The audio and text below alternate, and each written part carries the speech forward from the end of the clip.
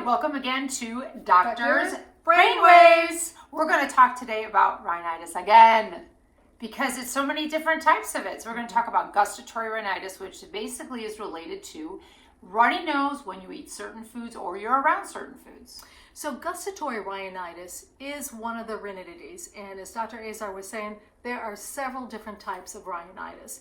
The ones that you are probably most familiar with is allergic rhinitis, and allergic rhinitis means that allergy is causing the swelling inside the nose. We talked about rhinitis itself, and itis at the end of a word usually means inflammation or swelling of. In this case, we're talking about swelling of the nasal mucosa and some of the things that can trigger it. So with allergic rhinitis, allergies can trigger the nasal symptoms. And it's not just nasal symptoms, but it can also be itching of your ears, eyes, mouth, and nose, sneezing. But today we're going to be talking about gustatory rhinitis. And gustatory rhinitis occurs from eating. Yep, just eating.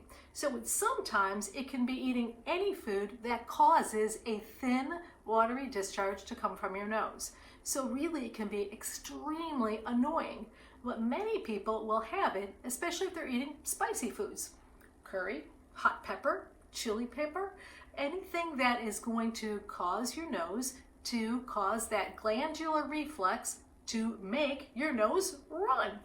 And it can be very annoying. It's not a life-threatening condition, but it can be annoying, especially if you're going out to dinner. You don't want to be snotting all over your food, especially sometimes for people, if they just smell a spicy food, it can trigger that. So there are medicines that are designed to dry up your nose, and you can take them 15 minutes or so before you start eating. They should kick in so that when you are sitting at the dinner table or out at a nice restaurant, you're not snotting on your nose. Good date tip. So that is one type of rhinitis. It's called gustatory rhinitis, and it can be treated, but at this point, it can't be cured.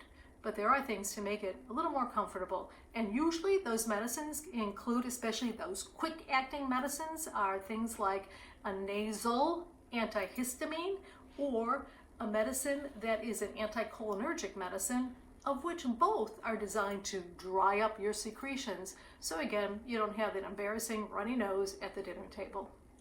Stay tuned. We're going to talk about more types of rhinitis in the future.